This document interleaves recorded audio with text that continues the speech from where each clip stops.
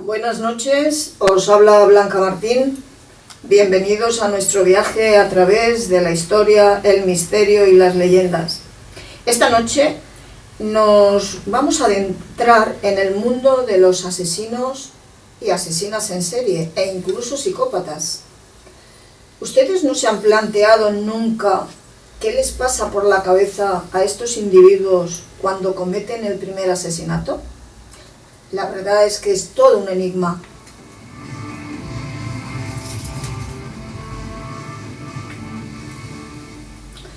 Bueno, y como cada semana y fieles a nuestra cita nocturna con el misterio, saludamos a Fermín, que hoy ha hecho pellas. Buenas noches, Fermín. Ya sé que me ha dicho un pajarito por ahí que estás haciendo una investigación para Cuarto Milenio.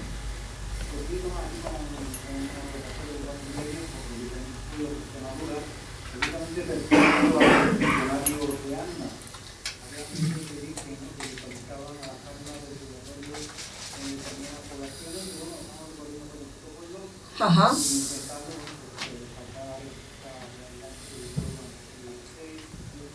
Sí.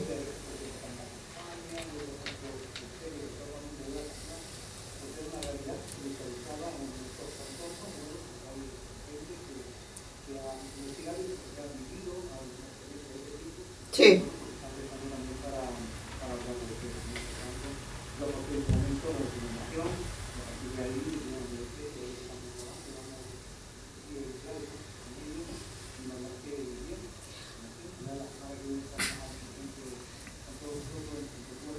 De cuerpo, no digas eso de cuerpo presente, por Dios, no digas eso.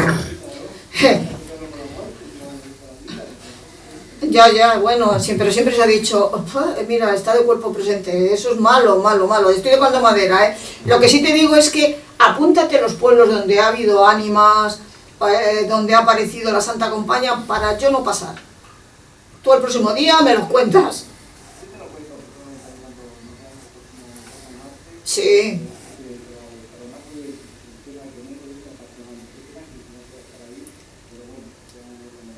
Pero, a ver, como nos vamos a dejar muchísimo por hablar, lógicamente haremos otro programa de este tema.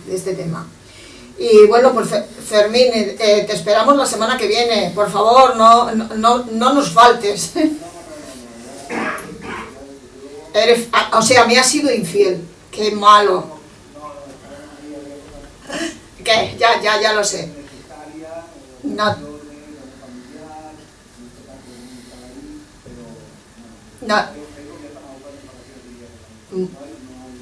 te preocupes, es una broma. Sabes que yo soy un poco bromista, ¿eh? Bueno, pues nada, te despido de verdad, que te salga toda la investigación genial y nos vemos la semana que viene. Y bueno, ya te diré los temas que vamos a tratar la semana que viene.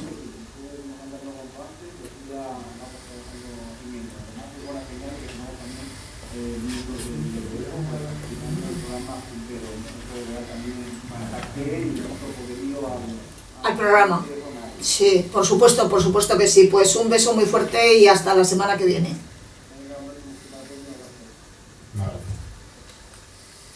Buenas noches, Javier, ¿cómo estás? Muy buenas noches. Pues mirando si veremos un poco a Fermín con bastante envidia, porque eso de hacer investigaciones de campo a mí siempre me ha llamado la atención. Nosotros las vamos a hacer, ¿eh? Eso espero, Blanca, porque mira que te las estoy lanzando 2 semanas a la semana. Sí, no te preocupes que colará alguna, no te preocupes. Y lo prepararemos, lo prepararemos bien preparado. Es mejor prepararlo tranquilamente y que salga todo genial a hacerlo atropelladamente y que las cosas así no salen bien, ¿lo sabes? No, completamente de acuerdo. Y además a mí me gustaría, si fuera posible, hacer partícipes también a los oyentes. Por supuesto. Sí. Que vengan con nosotros. Invitaremos a los oyentes a que vengan con nosotros. Eso no lo hace Cuarto Milenio, ¿eh? No, eso lo hacemos solamente nosotros, ¿eh? Somos únicos. Buenas noches, José Luis, ¿qué tal? Buenas noches, somos únicos en nuestra especie, sí. Claro. Además me lo han dicho, que somos únicos, ¿eh? Sí. No, y no en vano la norma de oro que yo sigo en las investigaciones, que ya alguna he ido, es tener mucho respeto y ser un poquito escéptico. Porque si vas demasiado animoso, ves cosas donde no las hay. Lógicamente. Además, mira, el otro día me han dicho que por qué me tomo algunas cosas con cierto sentido del humor en el programa.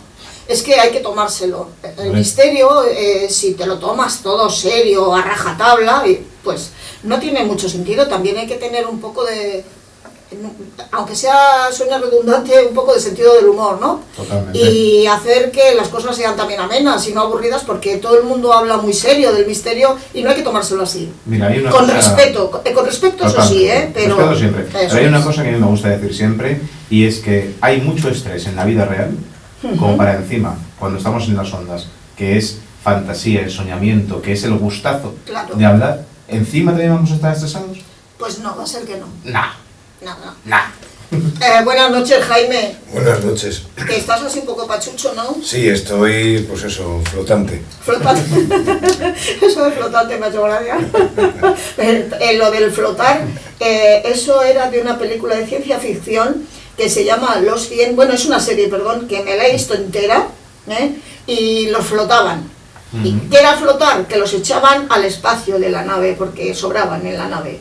No había oxígeno y decían, ¡hala! A la calle, no, al espacio, perdón. Sí, ¿no? Eso era flotar. Pues espero que no me mandes al espacio. No, por supuesto que no. Bueno, y nos falta Álvaro, que estamos esperándole, pero el transporte público no debe funcionar muy bien, así que le saludaré ahora cuando llegue al estudio. Continuamos.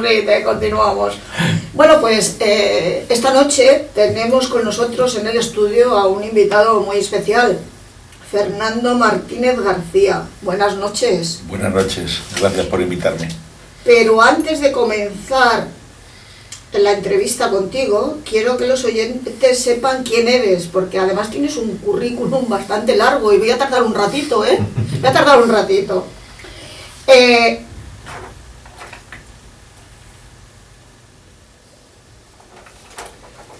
Licenciado en Derecho, doctorado en Criminología, magíster universitario en Ciencias Penales, Penitenciarias y Criminológicas, diplomado en Historia del Tribunal del Santo Oficio, Avances en Psiquiatría, Sectas y Crímenes, Rituales, Victimología y Victimoasistencia, que me estoy trabando, Grafología y Pericia Caligráfica, Estupefacientes en el ámbito médico, legal y social, Criminalidad en serie, Terrorismo.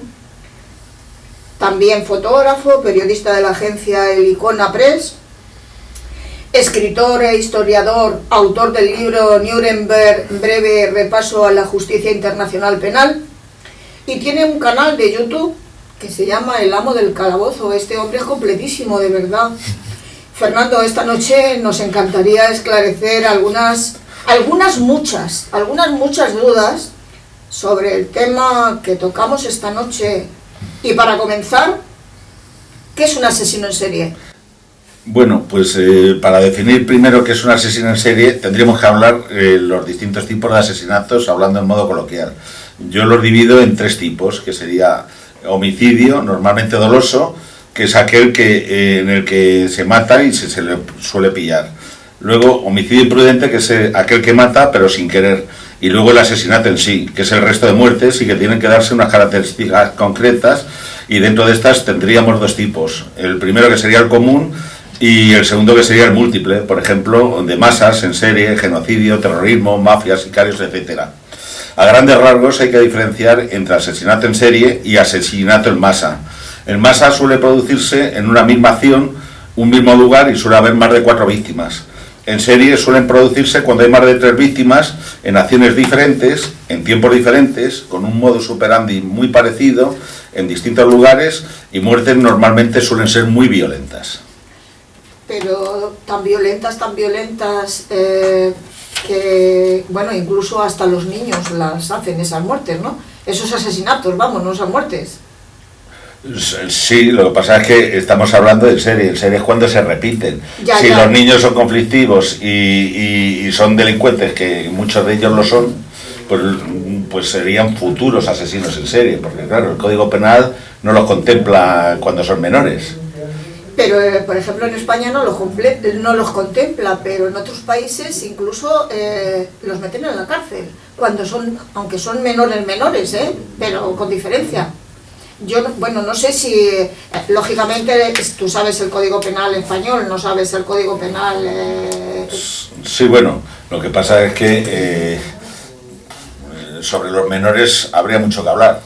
Es que eso daría para un programa independiente. Sí, porque hay menores que... Hay menores porque el caso este de que han matado los dos gitanos, que no quieren decir la etnia, y que han matado a esta pareja señores, pues cuando se han ensañado con ellos con las puñaladas, les han robado y tal, se ve que su carrera delictiva va a ser progresiva, es decir, que los metan ahora a un tribunal de menores, los metan en un correccional, o yo creo que los va a agravar. Porque al quitarles de su entorno y meterlos en un sitio, aunque viendo las fotos de estos dos chicos, se ve que estos van a ser muy peligrosos, pero muy peligrosos, porque si con esas edades ya dan puñaladas con ensañamiento, pues cuando sean más mayores y tengan más fuerza, pues se liarán a escopetazos, una motosierra, un hacha. Exacto, pero además es que esta gente cuando ingresa en estos centros, creo que de recuperarse nada, al contrario, muchas veces empeoran, Yo, por la experiencia que tengo y por lo que he oído, normalmente no sirve de nada. Hay casos aislados de que a lo mejor se reintegra o se reinserta a la sociedad, pero la mayoría son escuelas de probables. Porque ahí aprendes a abrir cajas fuertes, aprendes a abrir cerraduras. Sí, son escuelas. Entre ellos. Claro, porque entre ellos se hablan, no tienen nombre, sino qué es lo que has hecho. Ya. Entonces, ahí depende el grado de lo que has hecho, te consideran mejor o peor dentro del centro entre ellos mismos. Y entonces, pues claro, si estamos a estas alturas de que no tienes nombre y que eres el carroval que ha saltado, yo qué sé, desde bicicleta, motocicleta, has subido de la policía o has pegado 4 navajazos y te quedas tan ancho, y encima arrepentimiento ninguno. Ya. Porque a ellos les tienden a reeducar, pero cuando una persona es conflictiva de origen, normalmente es conflictiva de por vida. Sí, bueno, es que un poco también ellos ven la impunidad, ¿no? El mismo día que entran, tarda más el policía en hacer el atestado que el chavalín o el adulto en salir. Entonces, de tanto entrar y salir, se creen impunes, o sea, cada día lo van normalizando, ¿no? No se creen, realmente son impunes. Es decir, ante la ley, lo máximo que pueden hacer es avisar a los padres, que los padres les echen una bronca aparentemente, y el padre, si es un padre conflictivo, que la mayoría son familias desestructuradas, pues les va a dar igual. Bueno, yo quiero decir que realmente siempre se conoce tecnología, que las cárceles son las universidades, ¿no?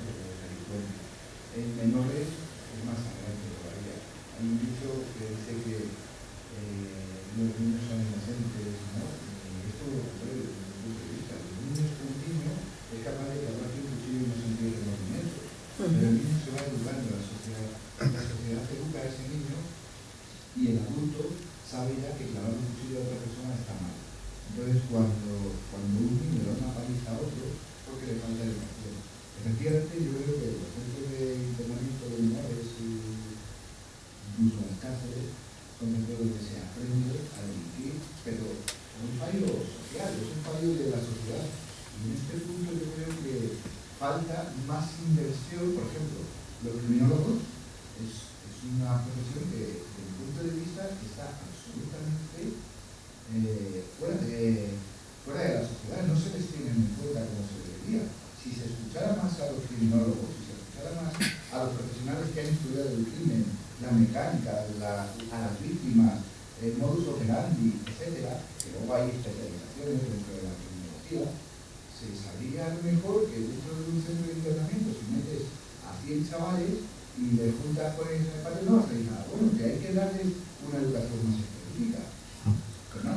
Sí, no. Es que hay dos modos de entender la justicia: la prevención del delito y el castigo punitivo.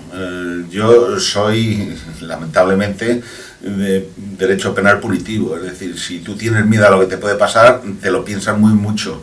Si estás pensando que si te cogen te van a meter una reinserción, te va a venir un profesor particular, te va a enseñar que eres muy malo pero que vas a ser muy bueno, te da igual. Cuando salgas vas a seguir haciendo lo mismo como poco. Si a ti te dan para ir pasando, te lo piensas muy mucho otra vez de seguir delinquiendo. Y los niños, claro, se habla de los niños, pero yo hablo de los niños de hace 100 años, que eran niños. Los niños de hoy en día, con 6 años, viendo la televisión, viendo que sus héroes son monstruos, son zombies, que van con motosierra, pues claro, cuando tienen 8 o 10 años, cogen lo que están viendo. Entonces, dan 14 puñaladas o 50 y porque no tienen mano, coma 2, y si no te volaban, porque como lo ven en la tele y es normal y no pasa nada, y son inmunes y ¿qué va a hacer el sistema? Pues nada. Intentar reeducarlos, pero nada. Realmente no hacen nada. Falta, posiblemente, yo también soy de la rama política, pero más que de la rama política, soy de la rama post-delito. Es decir, ¿qué es lo que ocurre cuando a alguien se le interna en la cárcel? ¿Qué es lo que tienen que hacer? ¿Qué es lo que... Esa información no se da, o sea, se da la pena como mucho y nos olvidamos ya de delincuente. Y sin embargo, una forma de llamar la atención sobre posibles futuros delincuentes es explicarles que el que delinque la paga. Es decir, el que comete un robo, el que acuchilla, el que lo que sea, se va a pasar 5, 7, 2, 3 años en la cárcel y va a ser un verdadero infierno. Y no la fama que tienen las cárceles, no es que es otro tema, porque el que asesina no queda ahí, o sea, asesina y todavía los españoles tenemos que pagarle 200, 300 euros al día. Claro, y alimentarle, tratarle bien, porque claro, no se les puede maltratar. Nos falta volver a esos trabajos entre comillas que subsanen esos gastos. Por supuesto, yo arreglar carreteras, bueno, o lo que sea, efectivamente.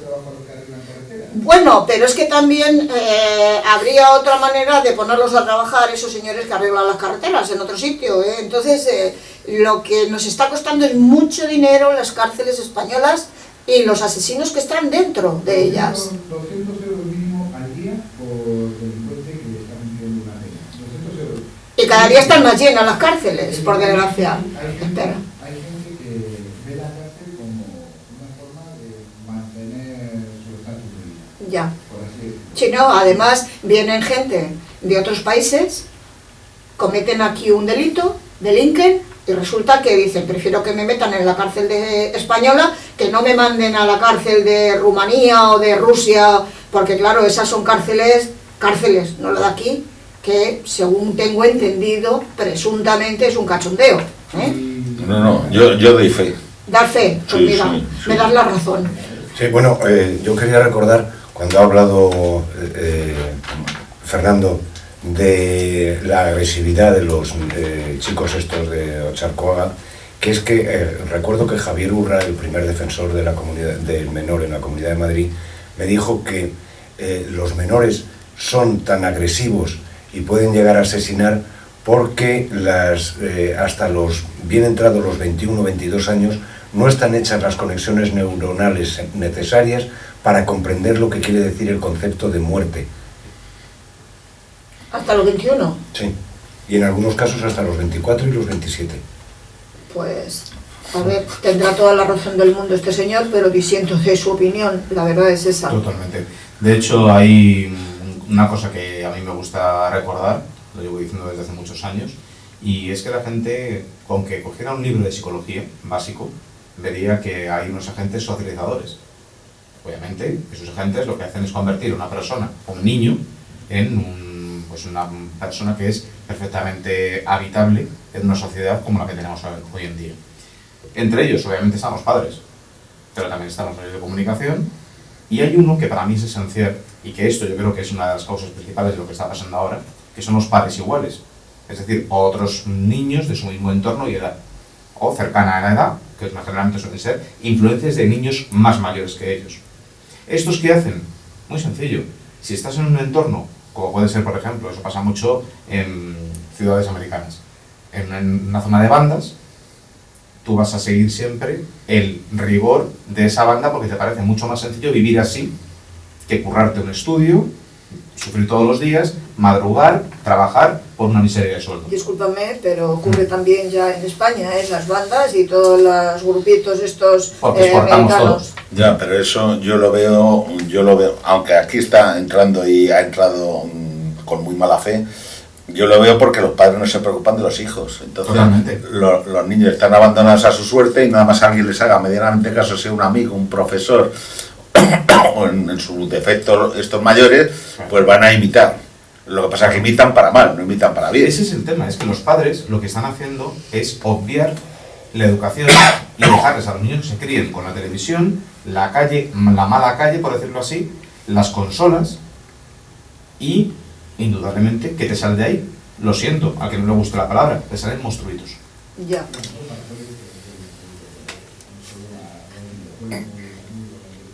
Todo el ambiente influye, porque hay gente que incluso habitando en un barrio desaconsejable, moviéndose con una mujer desaconsejable, no delinque porque no quiere llevar responsabilidad y continúa con la vida. Pero si se juntan varios factores de riesgo influyen en esa persona precisamente para que a lo largo de su vida en algún momento dado se incline la balanza por lo ilegal y continúe por esa vida. Pero claro, si estamos hablando de que cuando esa persona se inclina por lo ilegal y se le pilla, se le juzga y se le mete en la cárcel, de lo que se trata aquí es de que ya no tiene remedio, por lo que estoy viendo, porque las cárceles son la universidad del delincuente. Y hoteles. Vale, entonces, antes de llegar a ese punto, sí que es cierto que la prevención desde mi punto de vista es fundamental. La prevención pasa, por el cumplimiento íntegro de las penas. Porque si yo veo que la persona maltrata a su pareja, pero no queda ahí, sino que no queda en que se raja las venas, se muere y ha fallecido su pareja y él se ha suicidado, sino que cumple una pena, como digo, sin humanidad. La cumple íntegra. Pero, perdona, yo digo que estos asesinos que estás diciendo se suiciden antes ellos, en vez de matar a las demás. En este caso que estabas hablando, lo digo en un voto a favor de la defensa, ¿no? En este caso, de la mujer, pero que también hay mujeres que matan a hombres, ¿eh? Y las mujeres no es que seamos más inteligentes, no, simplemente que somos más listas y más civilinas, y matamos de otra manera, más tranquilamente, ¿verdad? Psicológicamente, porque lógicamente al no tener la fuerza física del hombre, claro, te hacen una guerra sin cuartel día a día. Entonces la violencia psíquica es un 80 o un 90% de las mujeres comparada con la del hombre. Sí, lo que pasa es que el hombre cuando llega al extremo, claro, emplea la fuerza bruta porque se le va la cabeza. La mujer es más sistemática, día a día, hora a hora y minuto a minuto. Ya. Bueno, pues no vamos a apartarnos del tema que vamos hoy de psicópatas y asesinos en serie, porque empezamos a hablar de este tema y creo que no vamos a terminar ni el programa ni nada. Acaba de llegar Alvarito, por Dios. Buenas noches, Álvaro. Muy buenas noches a todos. Es que es un cumplidor de las clases y se ha retrasado un poquillo.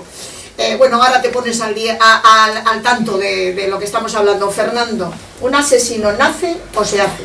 Pues para mí son los dos casos, porque hay que darse cuenta que la raza humana es la única capaz de hacer daño por sí y a sí mismo. Entonces la violencia y la agresividad es innata a la persona y nace con ella. Hay gente que la desarrolla a lo largo de la vida y hay otros que nacen directamente.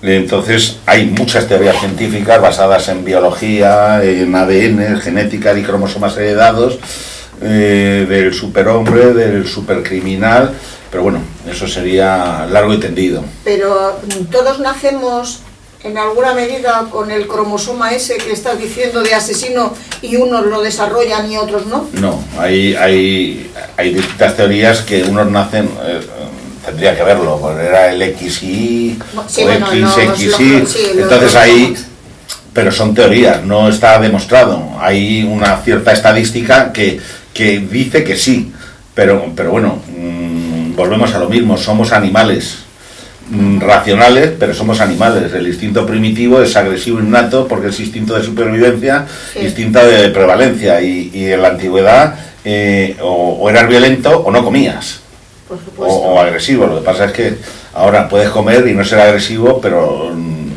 no te cohibes. Bueno, si estás en una fila de estas de los comedores sociales, creo que hay tortas, o sea que son agresivos. Se es agresivo cuando te falta lo básico, tienes carencia de lo básico, ¿no? Sí, pero hay mucha gente que no necesita ponerse los comedores para bueno, ser ya agresivos por naturaleza, porque da igual que vayas en el metro, en la parada del autobús, sí, en la cola del pan, cualquier cosa puede ser determinante o detonante de una situación de extrema agresividad. A lo mejor vienes un día, por decirlo, rebotado, y cualquier cosa que uno me mira mal o me da un empujoncito desencadena que te vuelvas ultraviolenta. Bueno, las drogas también tienen mucho que ver en eso, ¿no? Y el alcohol.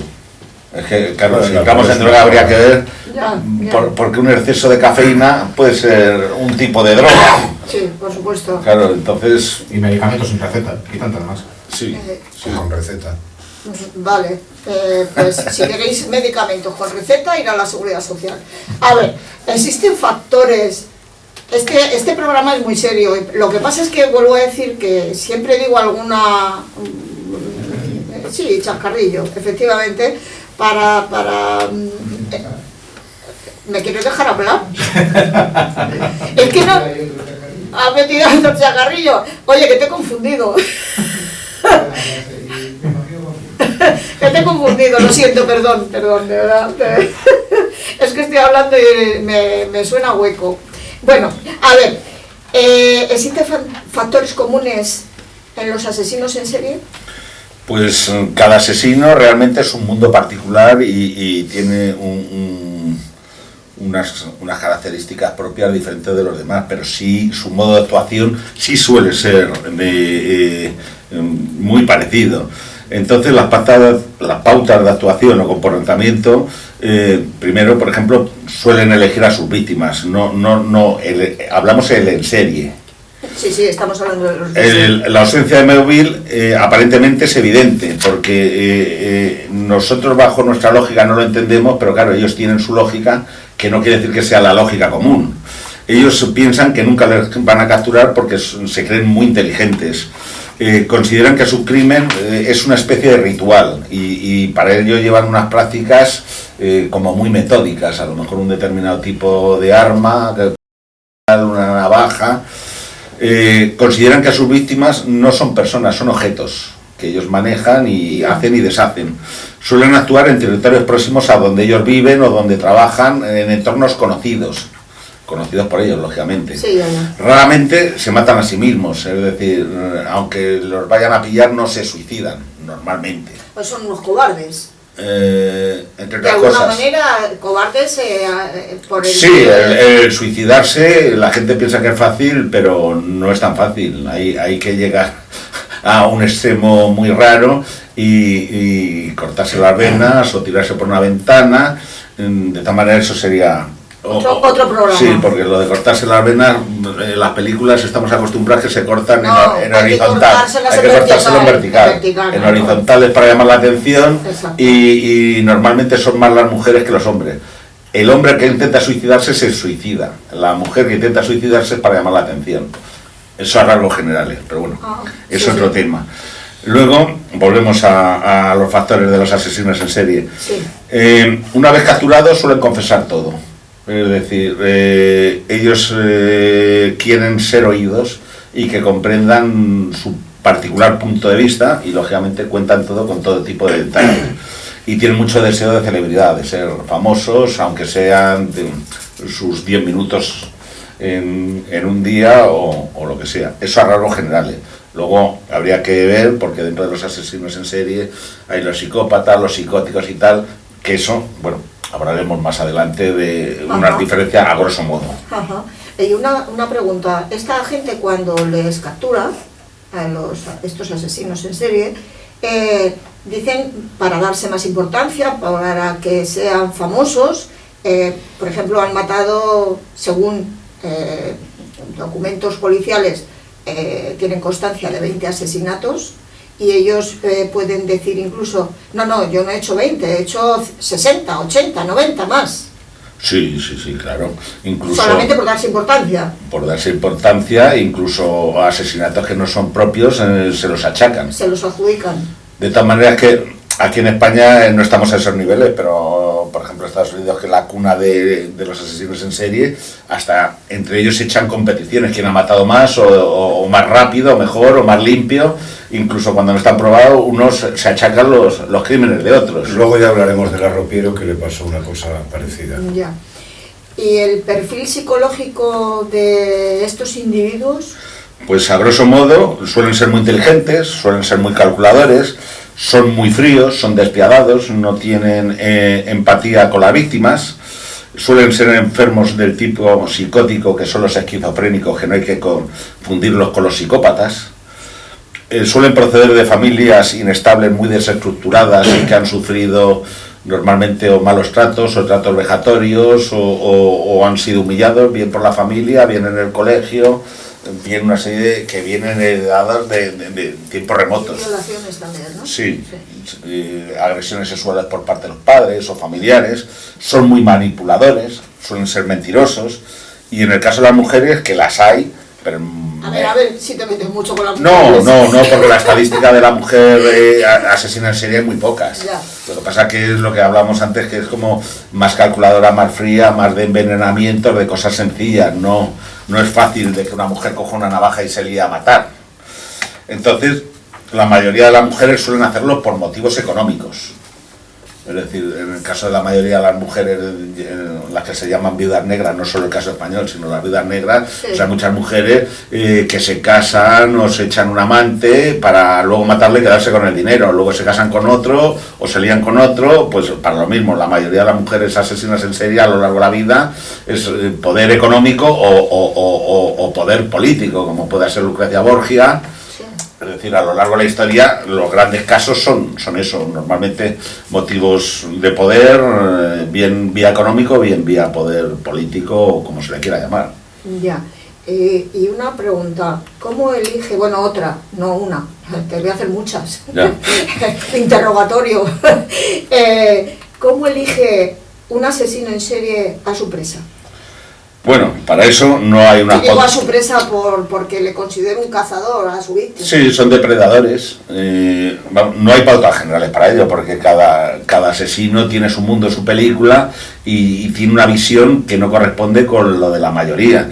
Pero bueno, a rasgos generales podemos decir que tienen recuerdos terribles, tienen desgracias de una juventud atormentada, de padres muy conflictivos, de un entorno muy pobre. Puede ser por castigo o venganza a algo o alguien del tipo laboral o tipo familiar, normalmente.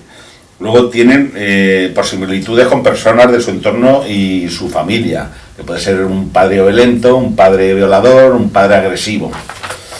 Y luego, últimamente, por problemas sociales con su entorno o con su trabajo, por medio de venganzas y bueno. O sea, que por medio, por ejemplo, de un problema en su trabajo, en un problema laboral, puede llegar a ser un asesino en serie. Sí. ¿Le puede afectar tanto un problema laboral, sí, claro, a una persona para cometer asesinatos en serie? Tú suponte un ejemplo tonto, pero bueno, un señor que lleve toda la vida trabajando, que no ha servido nada más que para... Pues, uno que monta piezas en una mecánica de coches, sí, y solo sabe poner un tornillo y apretar. Viene una nueva junta directiva y de pronto la junta directiva decide prescindir de él. Ese señor a lo mejor tiene una cierta edad, y a partir de esa cierta edad, ¿qué va a hacer?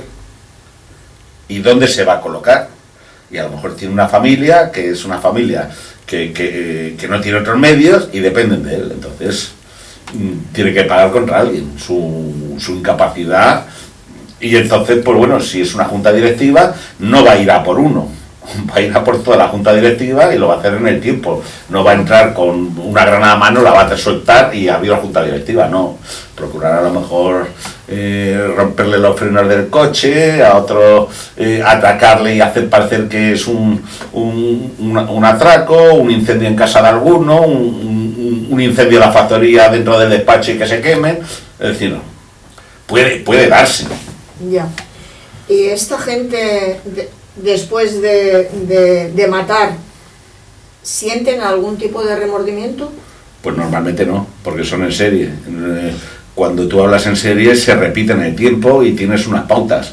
Si tienes pautas y trabajas en serie y ya premeditado, remordimiento ninguno, porque no sería normal volver a ello. Entonces hay que darse cuenta que después de matar a ellos les da una falsa tranquilidad, les da una especie de paz espiritual. Entonces es como si fuera una droga. Pasado el tiempo de esa paz espiritual o esa droga, tienen que volver a retomar. Lo que pasa es que ya el matar como lo han hecho no suelen repetirlo en el mismo modo, suelen aumentar la escala porque es como la droga. Cuanto más droga, más necesitan, más adrenalina, y entonces suelen subir en la espiral de violencia. Sí. Entonces yo lo comparo a una especie de tipo de droga que necesita más y más repetido en el tiempo, es decir, se van acortando los tiempos entre ejecuciones. Ya. Sí, efectivamente, el asesino en serie, el delincuente potencial comienza a lo mejor con un pequeño intento, ¿no?, de delito, y poquito a poco va viendo cómo ese pequeño intento pues, va a hacer realidad, la realidad de su fantasía, ¿no?, se puede convertir en realidad. Es una escala, es como hemos visto recientemente siempre cuando ha salido toda la luz, se han visto los intentos previos de secuestro, de tal, y se ha visto cómo poquito a poco iba disminuyendo esos tiempos entre cada pico, ¿no?, de violencia. Pero vamos a ver, yo estoy ahora perdida con lo del tema del chicle, pero ¿se han determinado más casos? Aparte del desgraciado... Sí, su cuñada. Ya, vamos. Eso ha sido un intento de violación. No, consumó la violación. Bueno, pues Ya, pero, quitaron la denuncia, entonces presuntamente. Yo no quiero ni acusar a nadie ni decir nada de nadie porque lógicamente no lo sé. Presuntamente. Eso es un intento o una violación, ¿de acuerdo? Diana Quer ha sido un asesinato, porque no se han tenido pruebas de que haya sido una violación. Sí, hay agresión sexual, hay pruebas. Hay pruebas, el otro día leí que no había...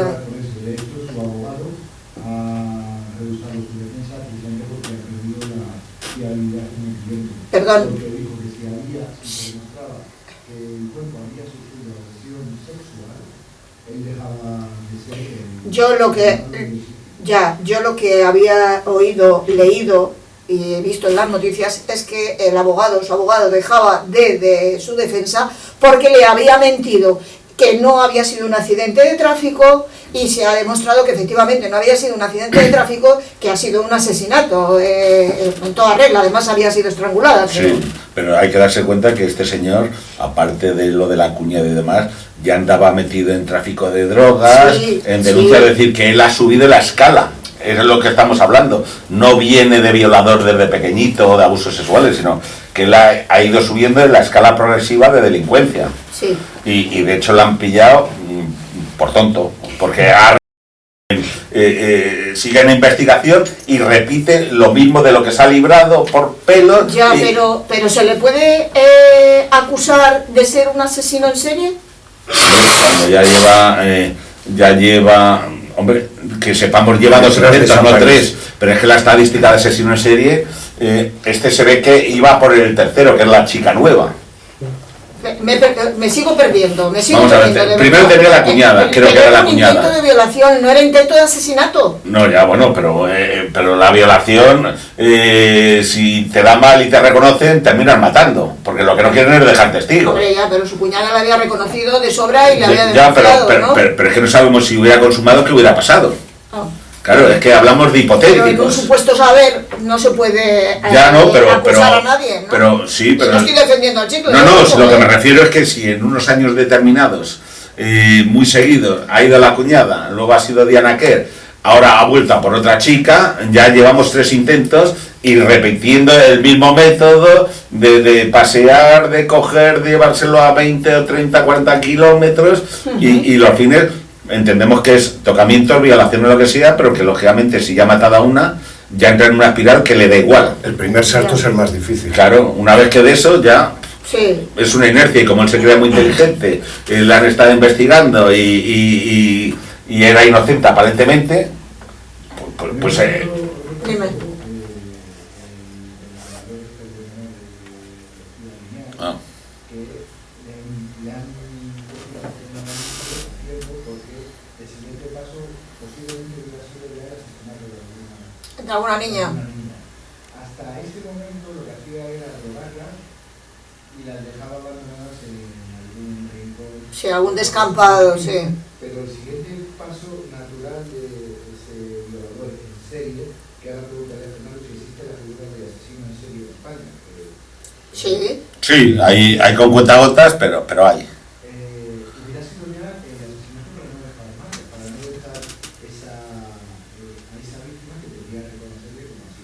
Pero Javier, repito, lógicamente no tiene, vamos, ninguna disculpa ni ningún perdón, como se suele decir, no tiene ningún perdón de nadie, ¿eh? El violador este, que además le cogieron en Cantabria, me parece, le detuvieron en Cantabria, pero no le podemos acusar de ser o de poder ser un asesino, porque no lo ha sido, hasta que no se tenga la certeza. Al violador este de niñas en serie que hubo en Ciudad Lineal. Sí, sí, claro que está cumpliendo una pena, pero no por asesinato, es lo que quiero decir. Ya. Por Sí, supuesto. pero vamos a ver, pero no es intento, No, me claro. refiero de asesinato, porque no ha intentado ninguna. Él las ha cogido, las ha drogado, Las ha ha abusado drogado. de ellas, las ha violado, pero en ningún caso hay ninguna que diga que le ha puesto la mano encima de lesiones, delito de lesiones, ni intento de asesinato, ni de homicidio, ni de nada. Entonces es muy aventurarse si este hubiera seguido al siguiente paso, que sería asesinarla. Sí, pero me refiero a lesiones de intentar matarlas. Una cosa es que la sujete porque forcejea o por atarla, por decirlo, en una cama, en una pared o lo que sea, y otra es lesiones de te abro la cabeza. A lo que voy es que el siguiente paso, el siguiente escalón, posiblemente en ese violador, en ese pederasta, hubiera sido el asesinato de la niña para no dejar atrás. O no. Claro, A lo mejor en su locura, él con lo que siente placer inusitado es en violar, tocar y tal, y hasta ahí llega. Sería mucho aventurar porque no hay pruebas suficientes como para ver que haya saltado en la escala.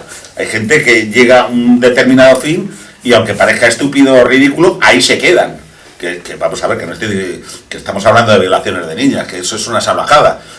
No sé qué es mejor, si una violación o que la maten a la pobre niña, porque luego la carga emocional que va a tener el resto de vida ella y su familia va a ser brutal. Tú te mueres lamentablemente, pero ya no sufres. Estas pobres niñas van a estar marcadas de por vida, es decir, es un desgraciado innato, pero de ahí a achacarle ya posibles saltos en el tiempo, yo de momento no me gusta tocar, no futuribles. José Luis. Hay un término que hemos estado tratando antes, me da igual que hablemos de cualquier asesino en serie histórico español, de Chicle si se demuestra la presunta culpabilidad, que ahora mismo es lo que está defendiendo la abogada pues, de oficio sí. que tiene, o cualquier otro caso, ¿vale? Que creo que nos estamos dejando en el tintero, que es el tema de que muchos asesinos en serie, no sé si en España ha llegado a ese punto o no, son muy organizados, muy ordenados, suelen ser metódicos y además son coleccionistas. O sea, tienen la tendencia a llevarse siempre algo de la víctima como si tuvieran una especie de, entiéndeme el término, Fernando, síndrome de Diógenes. No, suelen ser fetichistas, sí, Sí, sí. les gusta recrearse y recordar. Eso Bueno. es una característica. Ajá. Fernando, ¿qué diferencia hay entre un asesino en serie y un psicópata? Bueno, pues lo primero tenemos que saber a qué llamamos psicópata, porque un asesino en serie hay dos tipos, bueno, hay muchos tipos, pero generalizando hay el psicótico, que es un esquizofrénico y y es el que oye voces que le incitan al mal o que le dicen eres un desgraciado y mata para acallar esas voces. Y luego está el psicópata. El psicópata es una persona muy fría, muy calculadora, muy inteligente, es amable, no suele ser clase baja, y entonces pues tendríamos que entrar en qué es un psicópata para diferenciarlo del resto. Pero bueno, para diferenciarlo a grosso modo, todos los psicópatas son asesinos en serie, pero los asesinos en serie no son todos psicópatas. A ver, explícame eso. Claro, es que tendremos que entrar primero, ¿qué es un psicópata? A ver, ¿qué es un psicópata? Bueno. A ver, aproximadamente, un poquito, facilito. No, Facilito. hay 1000 características. Entonces, la psicopatía está definida por el manual, que hay varios manuales, hay el DSM y tal, que son unos manuales internacionales de enfermedades, que están reconocidas tanto por los psiquiatras, por los médicos y tal, que al psicópata se le llama, es un trastorno antisocial de la personalidad. Entonces, ¿qué es un psicópata? Pues un psicópata normalmente son personas muy frías, muy despiadadas, muy inteligentes, no pierden el contacto con la realidad, no tienen alucinaciones, ni le incitan el más allá, ni personas a hablar, diferencian perfectamente el bien y del mal, tienen mucha lucidez, tienen mucho dominio de su voluntad, son narcisistas patológicos, son muy vanidosos, son muy ególatras. Gracias a eso se les suele acabar atrapando porque al final, por su egolatría de que son semidioses, pues la policía comete fallos y entonces los pillan. Ajá. No oyen o reciben órdenes exteriores o interiores obligándoles a hacer o decir lo que tienen que hacer. Suelen ser muy amables con personas de su entorno. Son muy mentirosos y manipuladores. Carecen de sentimientos propios y ajenos, no tienen empatía por sus víctimas ni por el entorno, son conductas muy rígidas y muy repetitivas en el tiempo, eligen víctimas muy parecidas dependiendo de la obsesión que ellos tengan.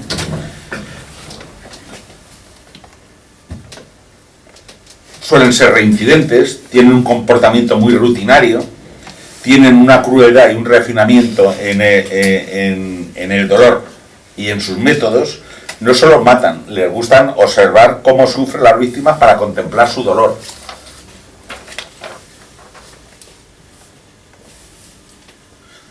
Y bueno, Se trata de, más que de subirlo, es de acercar para que el libro Claro. que haya menos eco. Es que está reverberando, está haciendo eco. Cuando hablas un poco más alto, suena eco. Suena fuerte. Pero Entonces ya tienes que dirigirte el micro, ya, póntelo pero justo al frente. habéis movido el micrófono y me parece que se semana estaba pasada moviendo. He empezado ahora. Ahí, eso es. pues ahí, Vale. Yo estoy inmune ya. ausencia de arrepentimiento, Yo te digo bien. Ahora ausencia, suelen actuar, ¿Ves ahí? Ahora- ¿lo acerco más? Ahora sí, ahora sale eco. Ha sonado varias veces antes, así. No, Al si estar me lo grabando- puedo acercar, pero como dicen que tengo la voz muy potente, por eso me lo alejo, porque si no... No, pero él te puede bajar, no es problema. Escucha, Vale. Blanca, que ahora va a haber segunda parte, ¿no? Al girar Va a la haber cabeza, segunda sales parte. del ángulo y te subes. Pues eso, Y que cuando quedará- vuelves, te hace que eco. quede bien, yo ahora me callo, ¿sabes? Porque quedará en cuanto 10 minutos o algo y ya me da paso en la segunda parte. ¿sabes? Claro, Es sí, más sí, no te estético. preocupes. Vale, entonces yo ahora, por eso no me digas que sí. Vale, pues si no sabes, ¿recuerdas que has quedado? Sí. Vale, preparados, listos. Tienen ausencia de arrepentimiento, tienen falta de culpabilidad propia, suelen actuar siempre en solitario, es decir, no tienen compañeros o cómplices del crimen, y su vida sexual suele ser bastante impersonal y muy poco estable.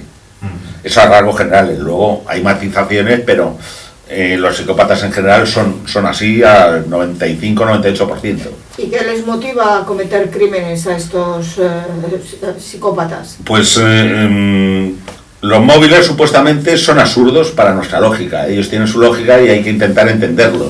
Pero claro, primero tienen que hablar y contarte cuál es su lógica. Da placer, mucho placer, el ver y observar el dolor ajeno causado por ellos mismos. En muchos casos les recuerda su dolor propio sufrido en su supuesta lógica.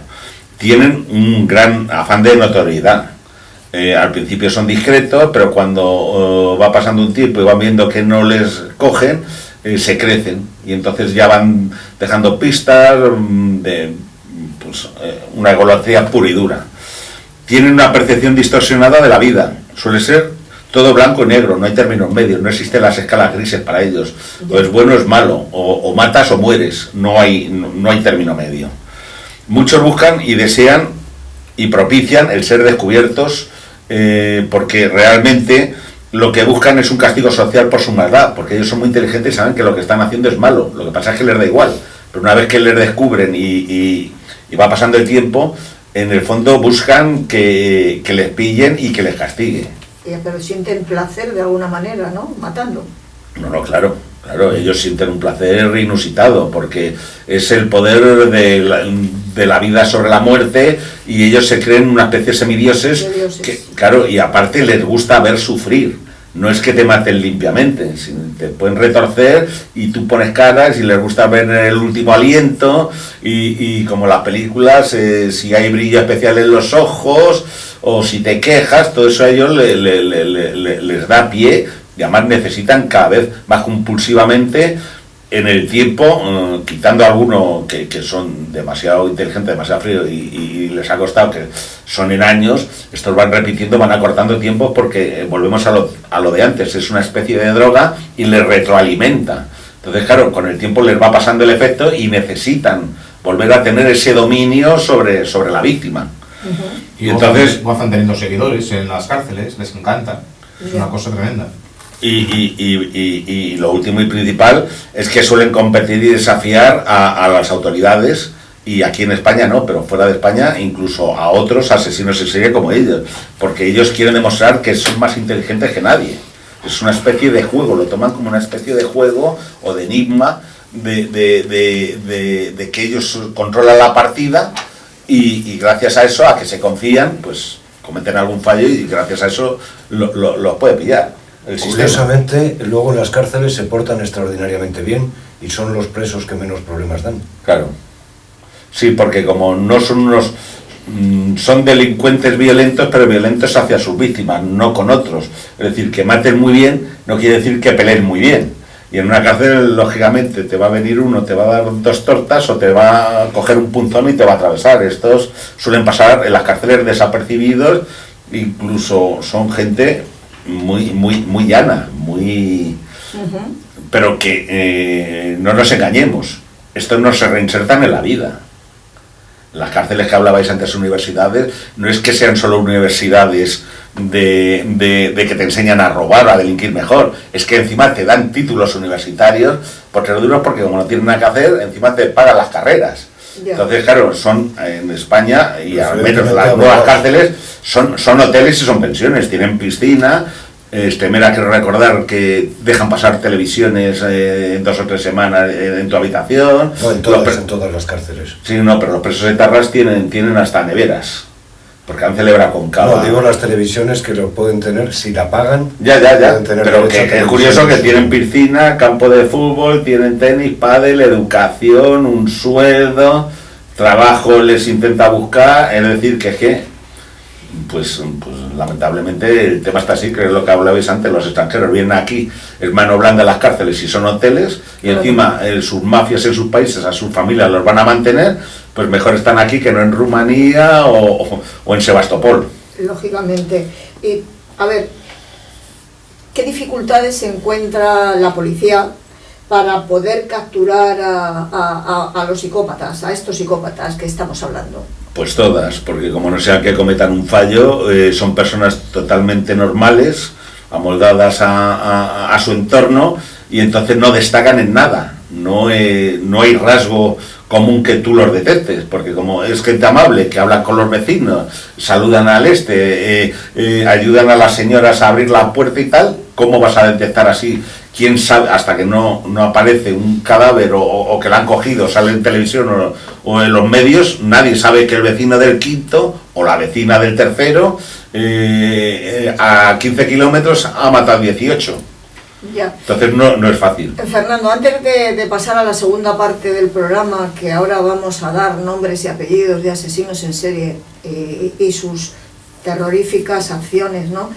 Sí me gustaría que informaras a los oyentes qué se debería, si se puede, hacer si sospechan que un individuo de los que hemos hablado puede estar en su círculo social o en su entorno cercano. Pues ¿qué puede hacer?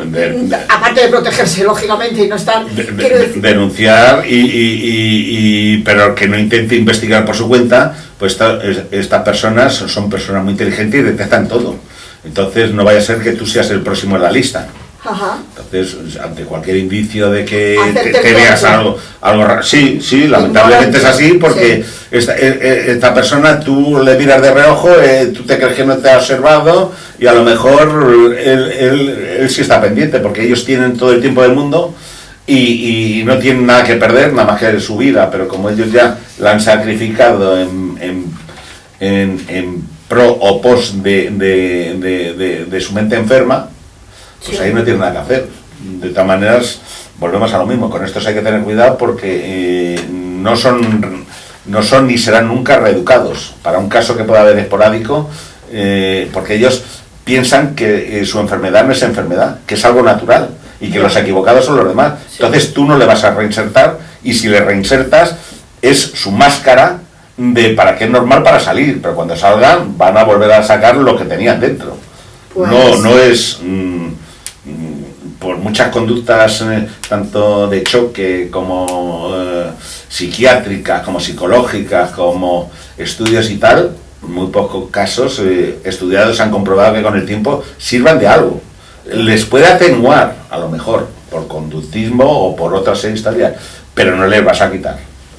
Yo creo que tampoco, que el que ha llegado a esos extremos no tiene arreglo, como se suele decir, no tiene arreglo. Desde mi punto de vista. Sí, bueno, pena de muerte, pero como está abolida, está abolida... Quieren derogar, quiero hacer este inciso, quieren derogar la... sí, la revisión... Espera, que iba a decir pensión, no te lo pierdas.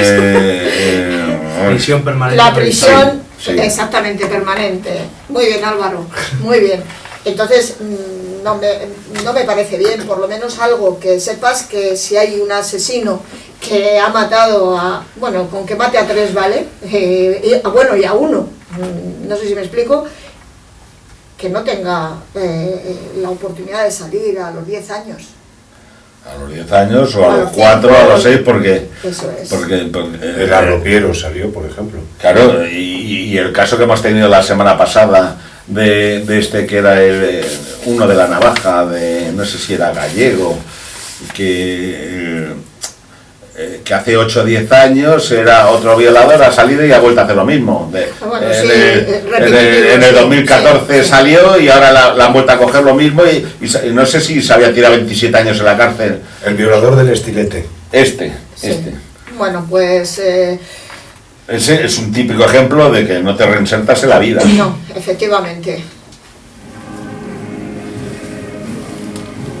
¿No te toca a ti? Pues sí. ¿Sí? ¿No te ha hecho nada el ibuprofeno? Un poquito. ¿No te notas colorado? Estás colorado. Álvaro, por llegar tarde te toca la primera pregunta. Locusta, esclava en la antigua Roma, ¿fue la primera asesina en serie?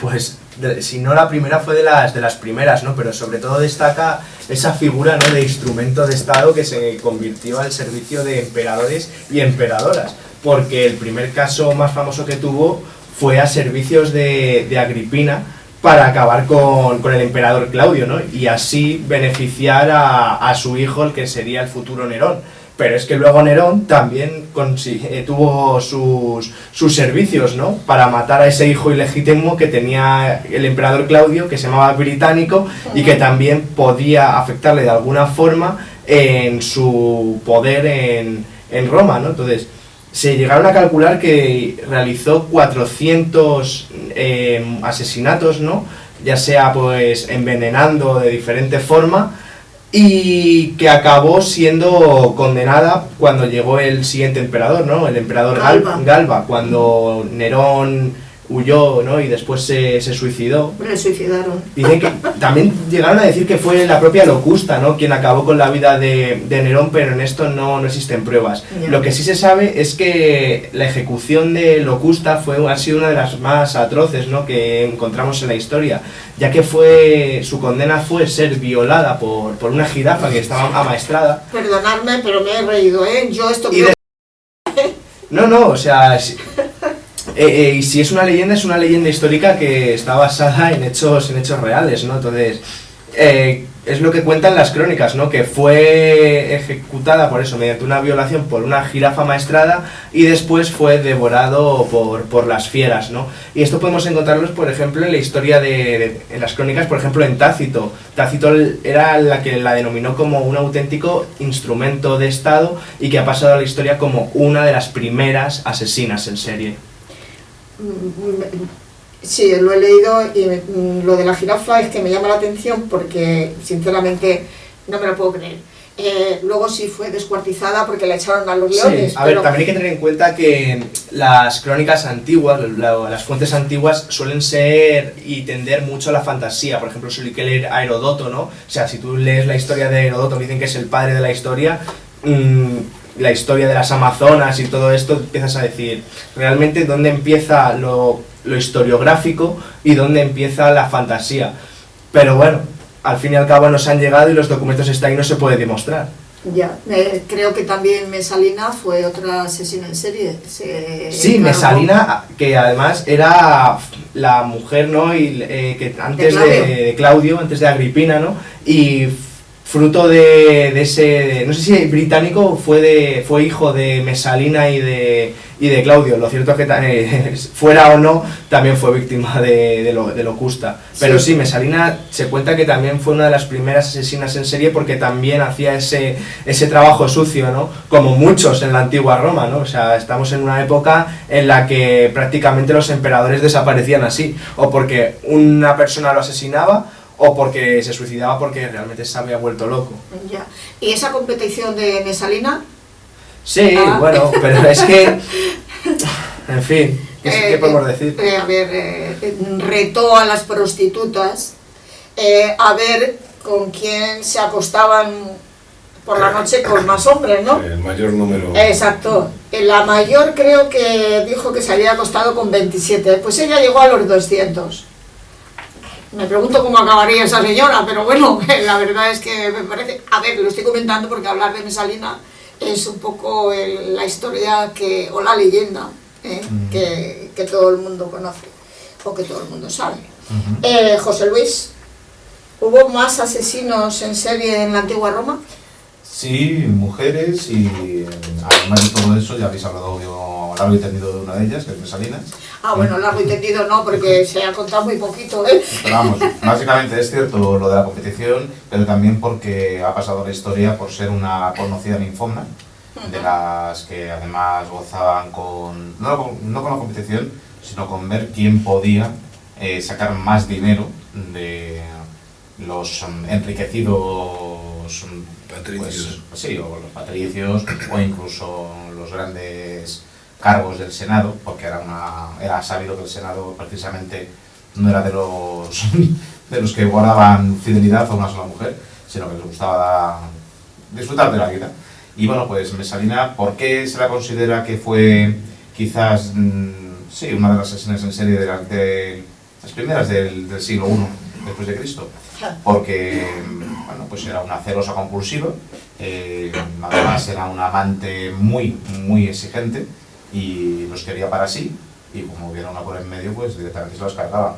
Por ejemplo, pues por puros intereses políticos se cargó a Cayo Apio Silano, que fue uno de los más sonados de la época, y por celos, ¿no? O por despecho, se puede decir, se cargó también a Sibila, a su amante.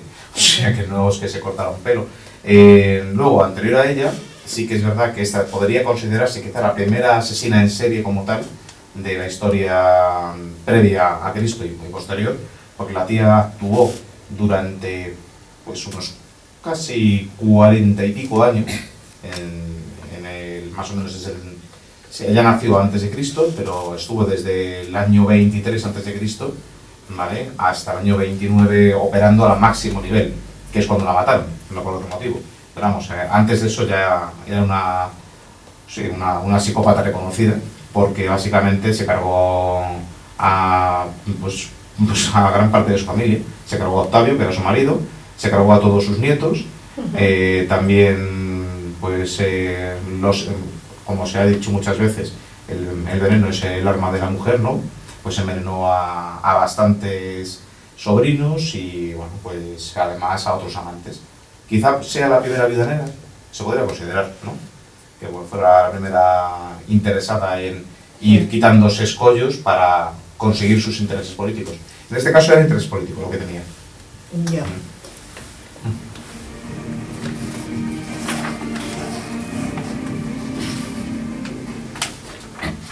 Vivas, las mujeres se muestran distantes conmigo, no comparten nada. Trato de establecer una relación, pero no la hay. Cuando las manos se quedan las es la manera que tengo de poseerlas. Las amo y las deseo, las quiero para mí solo, que hagan una sola persona conmigo. Edmund Kemper.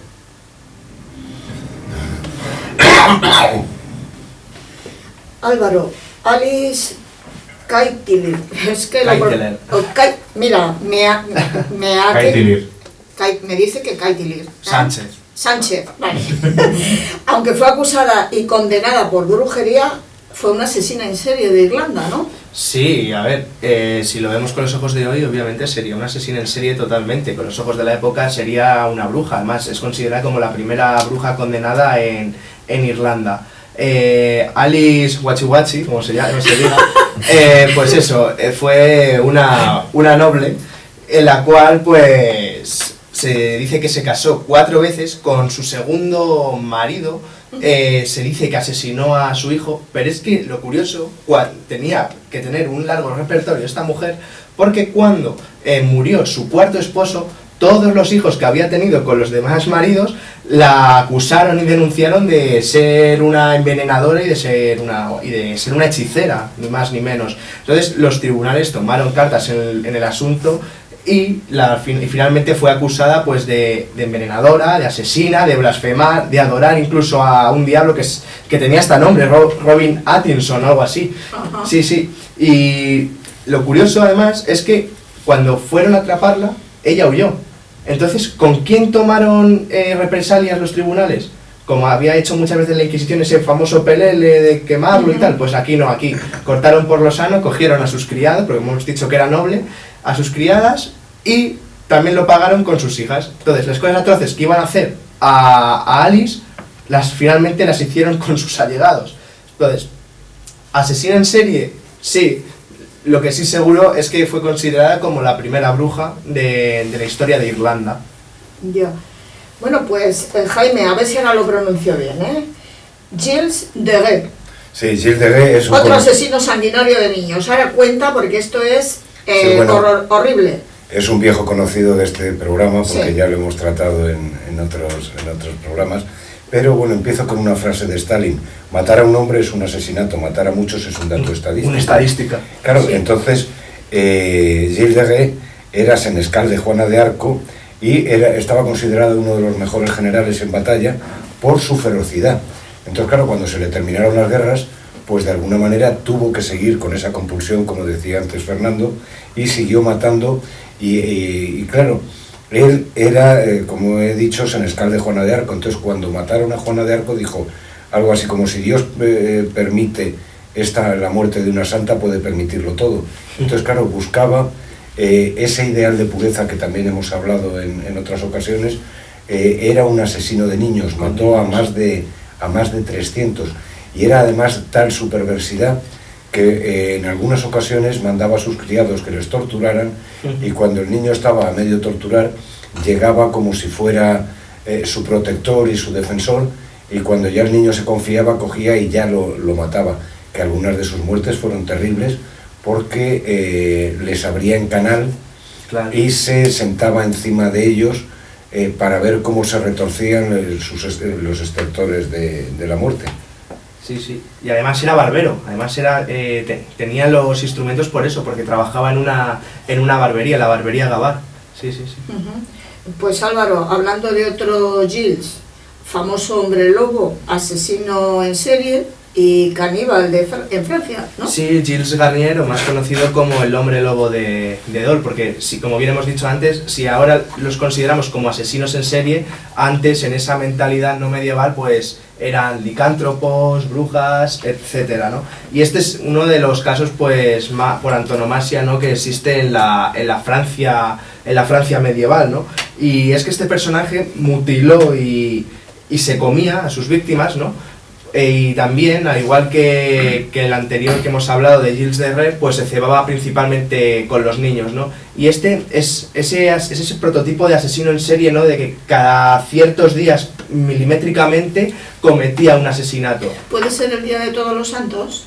No. Ese no era. Mira, la primera víctima que fue una niña. A los 8 días se cargó a un niño y a los 15 días se cargó a un niño y después a una niña. O sea, era muy meticuloso en lo que se refiere a sus actos. Y al fin y al cabo, pues como mutilaba y se comía después a la gente, pues fue considerado por los tribunales franceses en 1583 como un hombre lobo. Y además hay que añadir que era considerado como un hombre lobo. Y el propio asesino, el propio Gilles Garnier, se consideraba como tal, como un hombre lobo, que recuerda mucho a nuestro famoso Roma Santa, ¿no? Que también decía que es que él no podía evitarlo porque por la noche pues se transformaba en ese animal que era al fin y al cabo lo que permitía, ¿no?, que realizase todo este tipo de actos macabros. Ya. Bueno, pues ahora estamos hablando de asesinos en serie, y ahora vamos a hablar de una asesina en serie, Catalina de los Ríos, la Quintrala. Sí, una mujer encantadora ya donde las puedes conocer. Por supuesto, en todos estos casos hay que mirar un poco los precedentes. Y esta mujer es que era de alta cuna, venía muy amparada por su familia, luego por su casamiento con diferentes figuras, entre ellas pues personas que tenían muchas tierras, eran ricos herederos y que le dieron un poder espectacular. ¿Qué le llevó eso? Pues le llevó a convertirse en una psicópata y además en una amante de todo lo que tuviera que ver con la tortura. Vamos, básicamente era una masoquista de primer orden. Le encantaba torturar a sus criados, le encantaba además, amputarlos, pues a los varones les cortaba generalmente las orejas, o si no pillaba la oreja, pues les azotaba hasta prácticamente dejarles en carne viva y luego les quemaba vivos. Y a las mujeres les cortaba los pechos, que también pues una cosa muy normal de una persona con la mente muy centrada, ¿verdad? Digo de ironía. ¿En qué país? En Chile, en Chile, ¿verdad? En Chile, sí. Todo esto ocurría en Chile, pero claro, lo más alucinante es que no se quedó solamente en los sirvientes, también fue por amantes, incluso gente de mucho poder, como pues un sacerdote, también intentó atacar a un obispo, también se fue a por el que se creía que iba a ser prácticamente pues un gobernador, Alonso de Rivera, ¿vale? Porque simplemente le cabreó a la señora, ¿sabes? Ya. Y lo más alucinante de toda esta historia es que incluso atacó a un caballero de la Orden de Malta. Bueno, pues por todo esto nunca fue juzgada, no fue juzgada durante muchísimos años, durante 30 años, básicamente porque el poder que estaba alrededor suyo lo impedía. ¿Qué pasó? Que ya llegó un momento en el que, pues básicamente, el obispado no pudo más y, bueno, pues él empezó a buscar todo tipo de documentación y allá por 1660 la Real Audiencia cogió directamente y pues, le buscó todas las opciones para meterla en un juzgado. Bueno, pues la señora tuvo las santas narices de redactar un testamento que, digamos, que la condenara, la enmendara de todos sus pecados, ¿no? Y que le quitara la condena, por lo menos a los ojos de Dios, legando toda la fortuna a honor de su alma. Ya. ¿Qué hizo además la tía? Pues, consiguió que se rezaran 1000 misas, ojo, por su memoria y 500 solo por los indios. ¡Qué vato! Ya, pues que Sí, no, la verdad que es que Catalina de los Ríos, más conocida como la Quintrala, Sí. es el prototipo, ¿no?, de mujer perversa, y los chilenos es con lo que relacionan la maldad. Pero no solo queda aquí, sino que todas las atrocidades que ha contado José Luis que cometió esta figura, ¿no?, de la historia chilena, es que durante el siglo XIX y el siglo XX hubo como una especie de época revisionista, ¿no? Y se llegó a considerar a la Quintrala como ni más ni menos que una heroína, que eso lo podemos ver en muchos sitios de Chile donde hay calles, parques dedicados a la Quintrala. Incluso hay una ciudad que se llama La Quintrala. O sea, para que veamos cómo en ese punto es comparable también al duque de Alba o, por ejemplo, al conde duque de Olivares, ¿no?, que en Holanda son auténticos demonios, Sí. pero aquí por mucha gente son considerados como héroes nacionales. Es que la familia de la que provenía, los Lichberger, eran uno de los mayores poderes de Chile. Sí, en esa era... época. O sea, que es normal pensarlo. Y luego no nos olvidemos que es que el dinero mueve montañas. Está claro. Fernando, te hemos pillado porque venías para una entrevista, pero te hemos adjudicado ahora a ciertos personajes, que nos hables de ellos. A ver, nacido gallego y asesino en serie en Portugal, Diogo Alves, o Diego de Alves, creo que es en castellano, el nombrecito. Pues sí, Cuéntanos. este señor tenía más de 60 posibles asesinatos a sus espaldas, era conocido como el asesino del acueducto, porque asaltaba y robaba a sus víctimas en la pasarela del acueducto de las Aguas Libres en 1840, que era uno de los principales accesos a Lisboa en aquella época.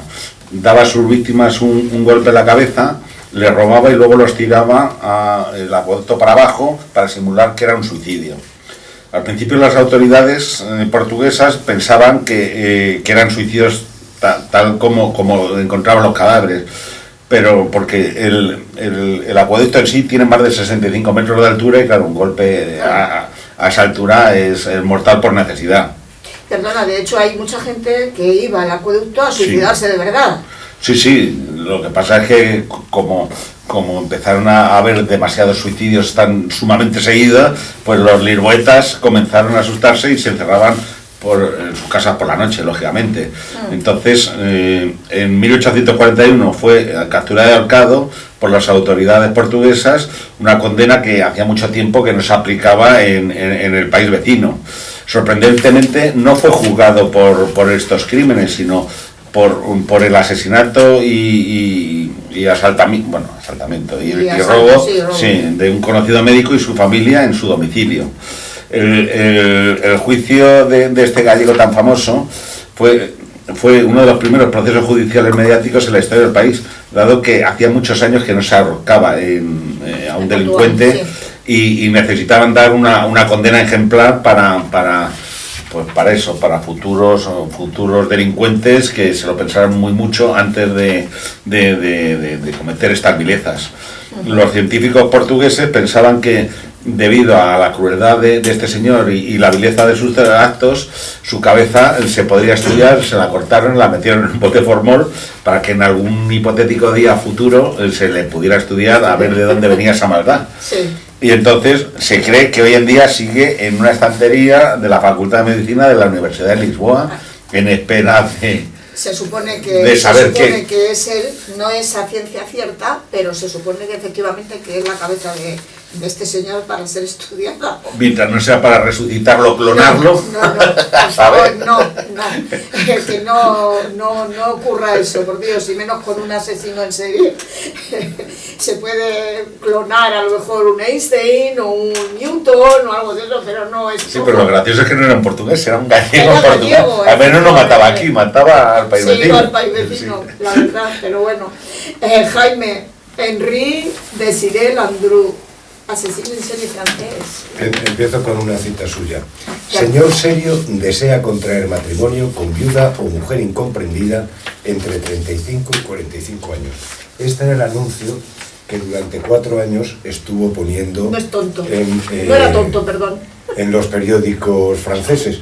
Estamos hablando de los años de 1914 a 1918, justo durante la Primera Guerra Mundial.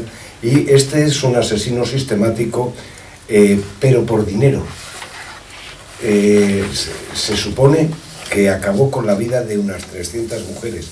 Y bueno, también antes hablaba Fernando de que muchos de estos asesinos pues han tenido familias desestructuradas. No, no.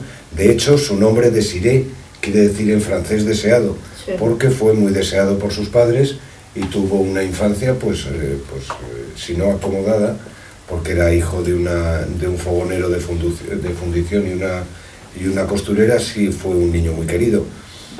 Pero a los 20 años tuvo que casarse con una de sus primas porque la había dejado embarazada. Y bueno, empezó con estafas de poca monta. Él apuntaba maneras, ya quería ser rico, y con el último dinero que le quedaba fue como puso el primer anuncio. Y las mujeres generalmente eran viudas, porque claro, durante la Primera Guerra Mundial pues muchos hombres fueron a la guerra y sus mujeres pues se quedaron sin sus maridos. Entonces venía a llenar un hueco. Y bueno, se le descubrió precisamente por lo sistemático por lo minucioso que era, porque apuntaba pues todo, desde la cantidad de dinero que les había sacado, sus muebles, y bueno, pues al final se le pilló por una casualidad, porque una familiar de una de las víctimas le reconoció en la calle. Y entonces pues le cogieron un célebre policía, pero aunque murió guillotinado, que era la forma de muerte en aquella época, tardó muchísimo en probársele que había sido un asesino. De hecho, hasta muchos años después no se descubrieron en un cobertizo a muchas de sus víctimas. Uh-huh. Pues como estamos hablando de franceses, voy a comentar el caso de Marcel Petiot, el doctor Satán o el doctor Petiot. Voy a hacerlo tipo telegrama, porque como siempre nos estamos quedando sin tiempo y tenemos que contar muchísimas cosas, así que lo voy a contar lo más rápido posible. A ver, ya desde niño tenía un carácter muy violento y a los 17 años se dedica a robar. Le detienen y un psiquiatra ya le diagnostica que es un inadaptado y que tiene trastorno de la personalidad. Comienza la Primera Guerra Mundial, detiene sus estudios de medicina y se alista en el ejército, y debido a su comportamiento le internan en una prisión militar en Orleans, en un pabellón psiquiátrico además, y definitivamente le declaran desequilibrado mental, paranoico, depresivo, etc. Más tarde se convierte en médico y ayuda a la comunidad tratando a los enfermos a bajo precio hasta que le hacen alcalde. Pero hay un refrán que dice que el que tuvo retuvo. Y no guardo precisamente para la vejez, pero descubre los fraudes en la alcaldía y las malversaciones que realiza y le suspenden como alcalde. Y en 1926 se descubre que tiene una relación con la hija de un paciente. La madre muere y la hija desaparece. Y inmediatamente se traslada a París. Y ahora viene la mejor parte de este asesino, 1943, Segunda Guerra Mundial y la ocupación nazi. Prepara en la bodega de su casa una cámara de gas. ¿Y para qué?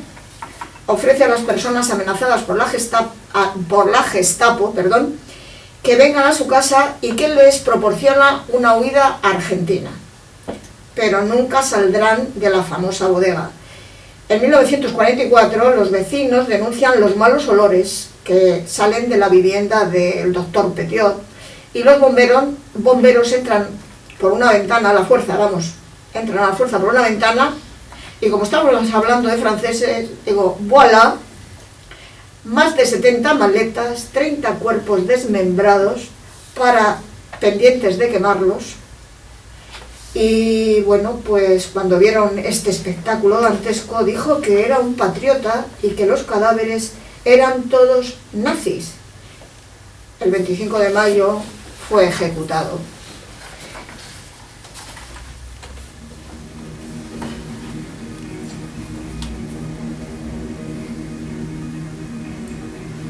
voy yo, Blanca. Blanca, voy yo ahora.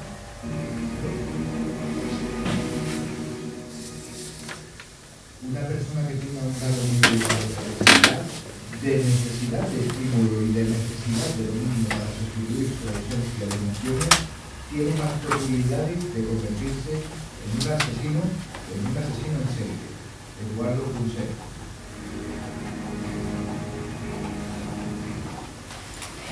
José Luis Juan Díaz de Garayo, el sacamantecas de Vitoria.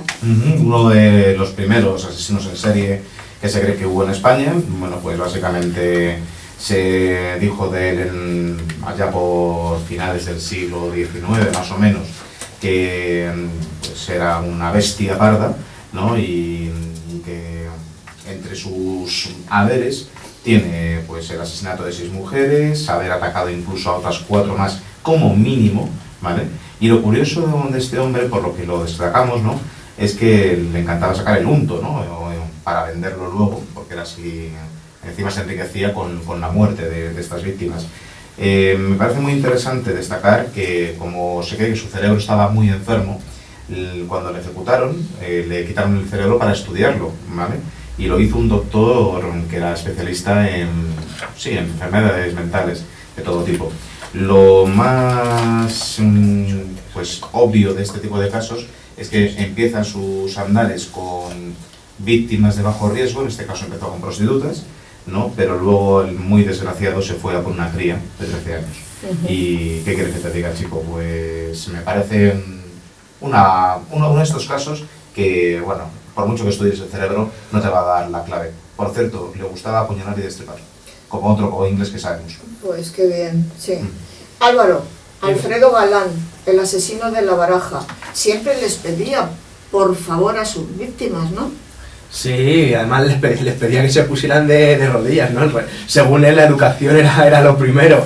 Tienes narices.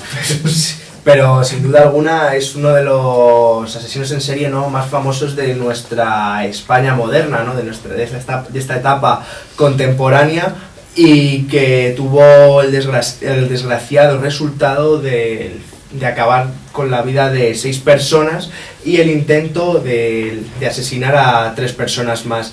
Pero lo que se recuerda de Alfredo Galán es ese apodo, ¿no?, que tenía de asesino de La Baraja, por esa curiosidad, ¿no?, que en sus víctimas pues aparecía una carta del naipe, que además, según relatan las crónicas, ¿no?, del 2003, ¿no?, que fue cuando sucedieron todo este tipo de actuaciones, ¿no?, realmente la primera de todas apareció de repente, ¿no?, esa primera carta, ¿no?, de esa baraja, y como le llamó la atención, épicas, ¿no? Sí, exacto, y como le llamó la atención ese dato, ¿no?, pues ya a partir de ahí, pues en cada asesinato dejó ese detalle, ¿no?, entre comillas. Pero siempre las de picas dejaba. Sí, siempre dejaba la misma carta, que también pues ayudó, ¿no?, a la policía también a saber que siempre era la misma persona quien había realizado todos esos asesinatos, ¿no? Ajá. Jaime, Manuel Delgado Villegas, el arropiero. Sí, bueno, arropiero le pusieron este nombre porque su padre vendía arrope. Exacto. Una especie de melaza, ¿no? Un dulce. Y bueno, pues era prácticamente un disminuido psíquico y de hecho, aunque fue a la escuela, nunca supo leer ni escribir. Se metió en la Legión Española y allí aprendió el que sería su golpe mortal en la tráquea, que le ayudó en su carrera criminal. Pero luego desertó del ejército y viajó por España, Italia y Francia, dejando tras de sí un rastro de cadáveres. Él confesó tantos crímenes, 48, que la policía al principio no le tomó en serio. Y aunque solamente se le consiguieron probar 7, la policía cree que fue autor de 22 asesinatos. Y recordando también lo que decía Fernando, que a veces estos psicópatas compiten entre ellos, cuando iba con la policía, escuchó en la radio que un mexicano había matado a más personas que él, y su contestación a la policía fue: denme 24 horas y les aseguro que un miserable mexicano no va a ser mejor asesino que un español. Para cortarse las venas vertical, como has dicho antes, Fernando. Bueno, como ya no existía en España la pena de muerte, estamos hablando de los años 90, Sí. perdón, de los años 80. El arropiero fue liberado en 1998 y falleció poco después, pero por cáncer de pulmón, por haber fumado mucho. Bueno, pues dicho esto, no pasa nada. Fernando, Francisco García Escalero, el matamendigos, vaya nombrecitos. Sí, pero bueno, también tiene su lógica porque él era otro mendigo, era Ya. un indigente de la peor calaña, tenía todo tipo de enfermedades, tanto físicas como mentales, y entonces se arropaba de otros mendigos a los que él mismo mataba para quedarse con sus pertenencias, y además era como muy sádico, porque los mataba con cualquier cosa, desde una piedra, un palo. Y entonces, pues bueno, entre 1988 y 1994, por lo menos conocidas, hay 11 personas, que casi todos eran mendigos. Ajá. Está claro que oía voces, era un esquizofrénico puro y duro, con unos problemas de alcoholismo, y a diferencia de otros, practicaba la necrofilia y el canibalismo, es decir, se comía incluso partes de los compañeros. Ya. Pero además es que parte de los compañeros eran amigos suyos, no eran indigentes desconocidos, eran mendigos de su entorno e incluso mujeres. Entonces, la mayoría de los cadáveres aparecían mutilados, decapitados, pero pues con cualquier cosa, los cortaba incluso hasta con una piedra afilada, que no era metódico, le daba una noche por matar y mataba muy violentamente comparado con otros. Sí. Trató de suicidarse tirándose bajo un coche, pero no lo logró. Entonces lo llevaron a un hospital y a las enfermeras le confesó que había cometido varios asesinatos. Cuando le interrogó la policía, pues empezó a contar ya, porque al principio pensaban que eran 2 o 3, hasta que empezaron a hilar que era él el asesino de mendigos, que era de Madrid. Sí. Luego se le alegó en enajenación mental, entonces se le llevó a un psiquiatra, a un hospital psiquiátrico Sí. penitenciario en Foncalén, que está en Alicante. Ahí murió, ¿no? Sí, en el año Fue 2014. Sí. Sí, el odio a los mendigos se llama aporofobia. Ya. Y es cierto que este elemento, el matamendigos, abría las tumbas del cementerio de la Almudena y se supone que sabría quién estaba enterrado allí dentro. Sí, claro. porque le gustaba pasearse por las noches, por allí, por los Y nichos. violaba, me imagino que Cadáveres. violaba... Sí, la necrofilia es precisamente eso, Exacto, el amor a los cadáveres, pero aparte de amor carnal. Amor... Sí. Violencia inusitada. del gratuita. más allá, amor del más allá. Sí. José Antonio Rodríguez Vega, el Mataviejas. Otro nombre fantástico, ¿verdad? Sí, sí. Este también gustaba de violar, lo que pasa es que le gustaba violar a pobres señoras mayores, ancianas, y no precisamente a pocas, ¿eh? Fue más o menos en un año, ¿vale? No, menos de un año, en unos 8 meses, entre el año 87 y el año 88, el tío atacó, violó y asesinó a 16 mujeres que estaban más o menos en un cuadro de edad de los 60 a los 93 años. Que hay que tener también la cabeza un poco ida para ir a por ellas. Aparte de ser un cobarde, porque no se pueden defender y tiene poca fuerza, bueno, te cuento. La cosa es que era muy metódico, las vigilaba, aprendía sus rutinas, además luego se hacía pasar por un ñapas, un tío que arreglaba todas las cositas, y cuando ya estaba en sus casas, se había ganado su confianza, las estrangulaba y, como hemos comentado antes, Fernando, se llevaba algún objeto de recuerdo para tener ahí la colección. Eso es lo que precisamente le llevó a la ruina. Sí, ¿vale? pero hay que recordar que este señor en particular Sí. se ganaba la confianza, como dices tú, hacía ñapas, pero que era un señor elegante, era un señor guapo, Sí, sí. tenía una buena constitución, entonces no daba pinta de lo que era. Es decir, que no piensen los oyentes que era, por decir, un fontanero, un manitas, un 24 horas. No, ganaba la confianza porque la seguía, la perseguía, se hacía encontrar en los portales, y como tenía buena planta, era un señor educado, muy elegante y tal, no parecía lo que realmente era. Está haciendo asesino en serie de él. Entonces, claro, se ganaba la confianza de las señoras y bueno, las iba a visitar o a tomar café, que es lo que se estilaba si estaban entonces. solas, si alguien les podía arreglar las cosas en casa. Claro, y y eso entonces decía, él, claro. claro. Él decía, no, yo puedo. La cosa es que luego, hablando de él, se descubrió que lo que tenía era un odio brutal por su madre, pero que nunca se atrevió a hacer ningún daño. Con lo cual, focalizaba todo eso en señoras de la edad de su madre, y bueno, pues como buena bestia, pues se ganó una muerte horrible, ¿vale? Y es que fue asesinado en la cárcel de Topas por otros presos. En Salamanca.